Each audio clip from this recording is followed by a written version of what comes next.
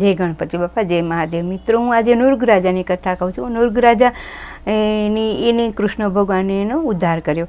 નૃગરાજાની વાત એવી છે કે પ્રદ્યુમન એ લોકો બધા વન ફરવા નીકળ્યા એટલે ફરતા ફરતા એમને તરસ લાગી તો એક મોટું તળાવ કે મોટું કૂવો એને કૂવાની અંદર જોયું તો એવો કાચિંડો મોટો હતો, એટલો પર્વત જેટલો મોટો કાચિંડો હતો. તો પ્રદ્યુમનને એ લોકોએ કાચિંડો ઉપાડવાની કોશિશ કરી, પણ કાચિંડો ઉપડ્યો નહીં.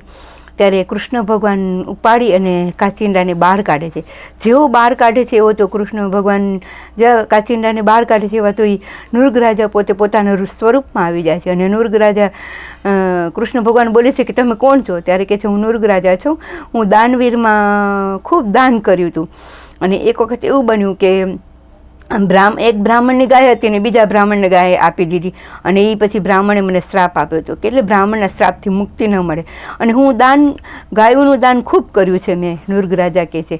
એટલે કૃષ્ણ ભગવાને એની વાત સ્વીકારી અને નૃગરાજાને મોક્ષ આપી દીધું અને કીધું કે છે ને કે બ્રાહ્મણનું એક અન્ન બી કોઈ ખાય છે તો એને કેટલા જન્મ સુધી એને પાપ ભોગવું પડે છે.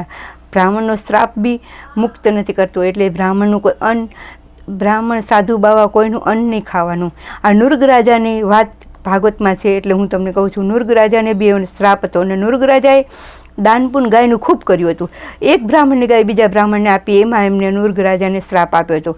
એ દાનવીર રાજા હતો અને કૃષ્ણ ભગવાન એને શ્રાપમાંથી મુક્ત કર્યા. જો મારો વિડીયો સારો લાગ્યો હોય ને, આ ભાગવતની અંદર છે નૃગરાજાની કથા. જો મારો વિડીયો સારો લાગ્યો હોય ને તો શેર કરજો. ખૂબ ખૂબ ધન્યવાદ, ખૂબ ખૂબ આભાર. આવો વિડીયો જોતા રહેજો, લાઈક કરજો મિત્રો. અને તમે જેવો કોઈ કહેશો એ વિડીયો એ પ્રમાણે હું વિડીયો કહીશ. આ મને ભાગવતની કથામાં મેં કાલે વાંચ્યું એટલે મને યાદ આવ્યું એટલે મેં આજે તમને કહ્યું. જય મહાદેવ, જય ગણપતિ બાપા.